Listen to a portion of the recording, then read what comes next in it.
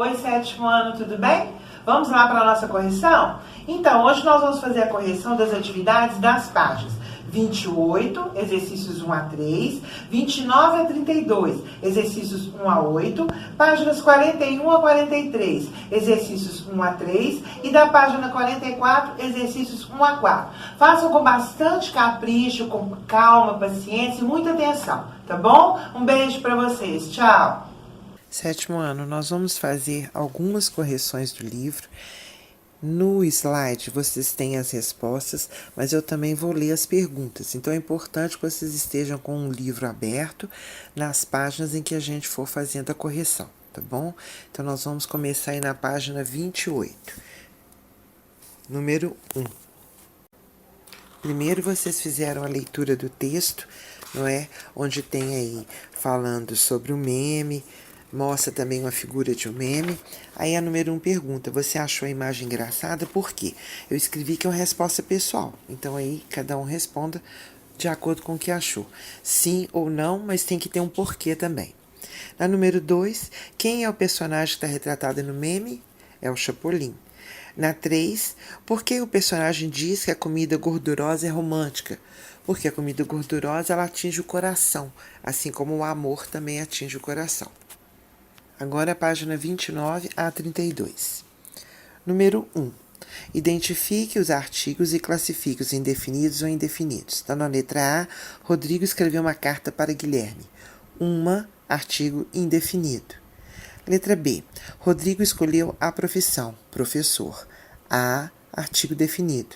Letra C. A profissão escolhida por Rodrigo é uma das mais importantes para a sociedade. Então, tem o primeiro A, que é o artigo definido, depois tem artigo indefinido, e o A, novamente, artigo definido. É necessário escrever os dois, tá?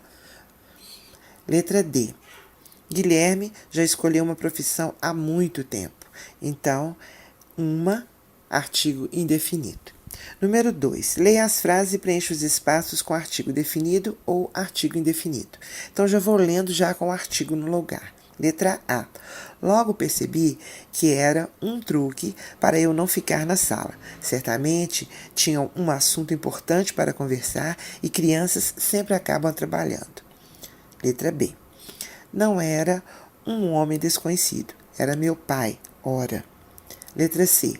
Todos ouviram, parecia mesmo a voz da criança. Letra D.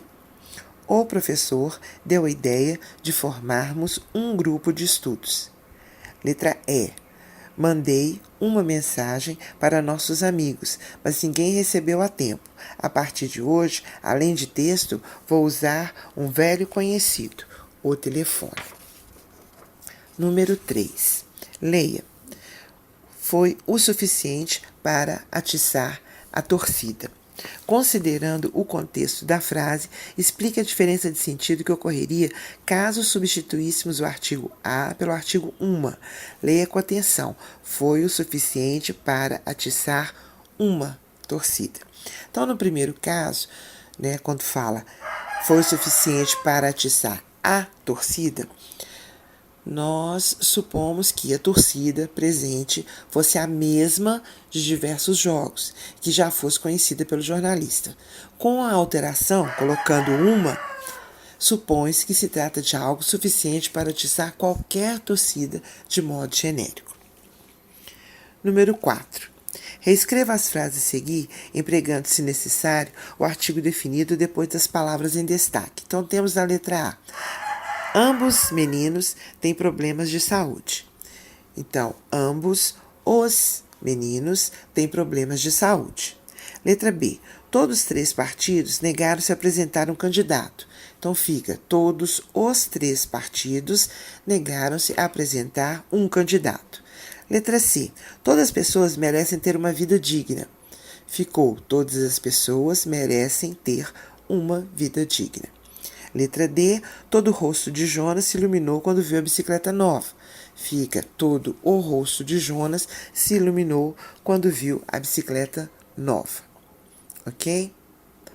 Próxima questão. Número 5. Identifique o caso em que a eliminação do artigo indefinido não traria nenhuma alteração para a compreensão do texto. Justifique sua escolha. Então, vocês têm aí algumas alternativas e a correta é: tive pesadelos, fiquei com medo de andar na rua e achava que todo mundo que eu via era um assaltante, ok? Então, aí, se você tirar o artigo, não vai fazer nenhuma alteração, não vai fazer diferença aí para o contexto para que você entenda. Vocês devem ter feito a experiência com os outros, né? Aí, no caso, retirando aí para ver como que fica. Aí, quando você leu, essa é a resposta correta. Número 6. O texto a seguir é o trecho de uma sinopse do filme estadunidense Robôs, de 2005, dirigido por Chris Wedge e Carlos Saldanha. Após a leitura, identifique alguns exemplos de artigos usados na sinopse, bem como os substantivos a que se refere. Complete a tabela da página seguinte com essas informações. Então tem lá: em uma pequena cidade, em um mundo habitado única e exclusivamente por robôs de todos os tipos e tamanhos, vi Rodney Lataria, um robô de classe média que sonha em ir para uma região metropolitana de Robópolis, tornar-se um inventor e fazer sua vida por lá. Espelhado em seu grande ídolo, o grande soldador, um famoso empresário do ramo de reposição de peças, Rodney decide deixar sua cidadezinha e ir em busca de seu sonho. Ao chegar à grande cidade, Rodney se depara com uma enorme crise provocada pela ganância do perverso Dom Aço e vê seu sonho de trabalhar nas empresas Grande Soldador desabar sobre sua cabeça. Com uma premissa bem atual, o filme trata das diferenças sociais que insistem em assolar a humanidade. Com todo o destaque que o assunto merece, é mostrado como a classe pobre de uma sociedade sofre com os interesses da elite predominante na mesma.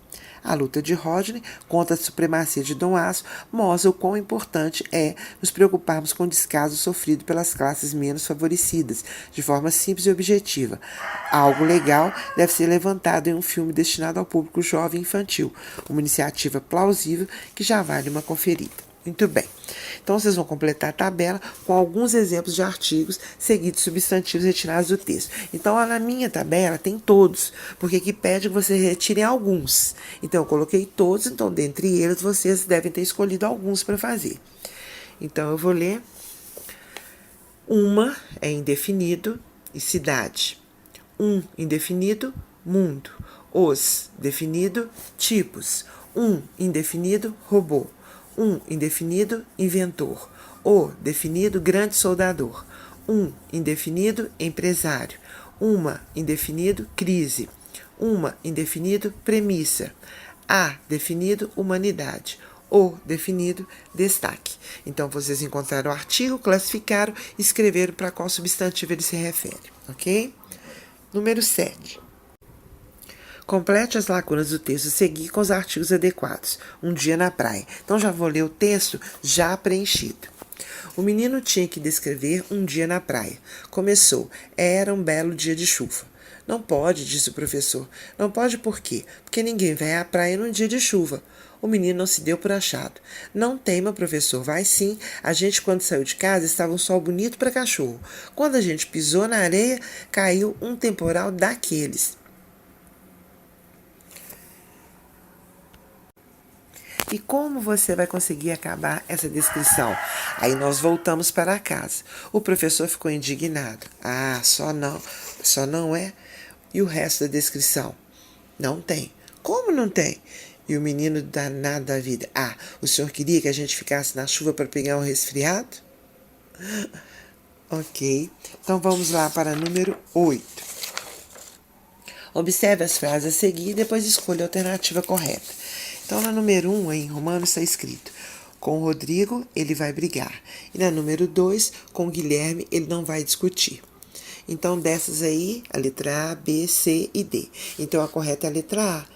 A frase 1, ela contém o artigo definido, né, com o Rodrigo. Então, nós temos o, está no masculino, está no singular, que semanticamente torna Rodrigo mais próximo do emissor, ok?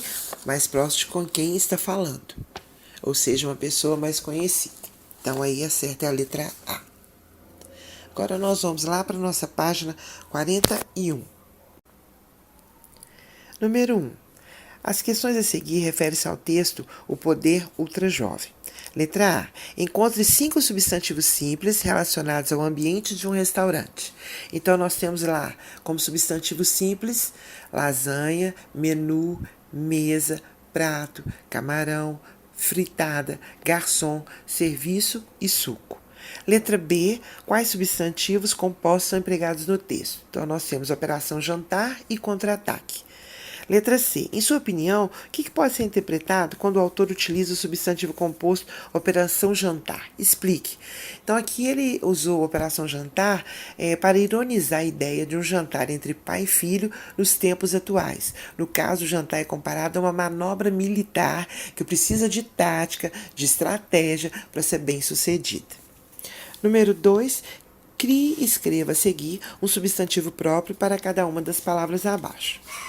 Então, na letra A garotinha. Letra B, o pai. Letra C, o garçom. E letra D, o restaurante. Bom, aí eu coloquei resposta pessoal porque pede para você criar, certo? Então, vocês vão criar e escrever um substantivo próprio para cada um deles, tá bom? Número 3, leia o poema seguido, Elias José, para refletir e responder as perguntas sobre substantivo. Então, o poema se chama O Incrível Bicho Homem. Eu acho que talvez até vocês já o conheçam, né? Então, depois da leitura do texto, vem na letra A. Qual o assunto principal desse texto aí? Então, ele está falando sobre o quê? Ele está falando sobre o homem. Na letra B, por que o autor apresenta falares de diversas regiões para responder ao que seria um homem?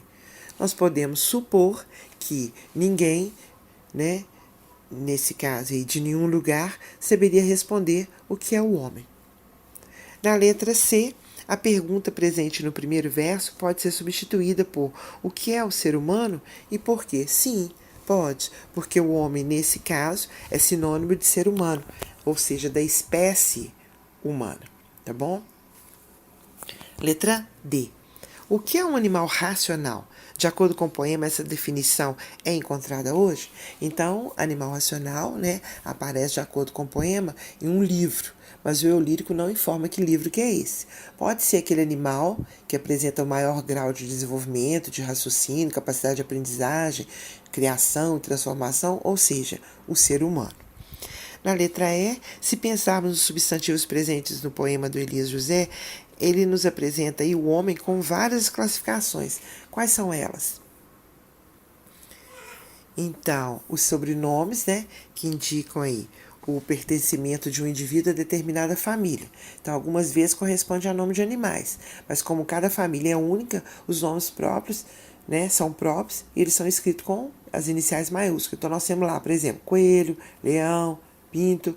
Há também os apelidos como João Burrinho e Pedro Ratão. Letra F. O substantivo nordestino é derivado, pois ele vem lá, né? Ele origina-se da palavra Nordeste. Escreva os substantivos primitivos dos derivados a seguir. Então, de território, terra, e de açucareiro, açúcar.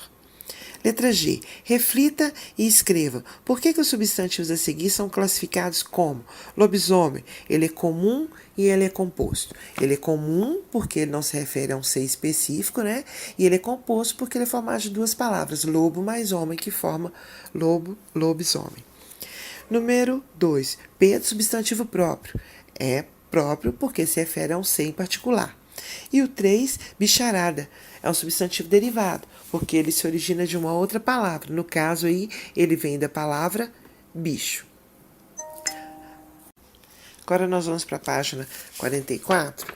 Antes você ler o texto, né, que está aí na conexão, chamado Um Mundo Sem Diferenças. Número 1, as diferenças da Terra são definidas por Confúcio e pelos meninos. Explique. Então, as diferenças elas não são definidas, mas como Confúcio e os meninos estão falando do planeta Terra, eles utilizam como exemplo as diferenças geográficas existentes nela, tais como os acidentes geográficos, as altitudes, as montanhas, os lagos ou depressões. Número 2, como o primeiro menino pensava que deveria ser a Terra. Então, o menino sábio, o primeiro, ele pensava que a Terra deveria ser perfeita, ou seja, sem acidentes geográficos, com a mesma altitude sempre, sem montanhas, lagos ou depressões. E o segundo menino? Para o segundo menino, o mundo não deveria ser modificado.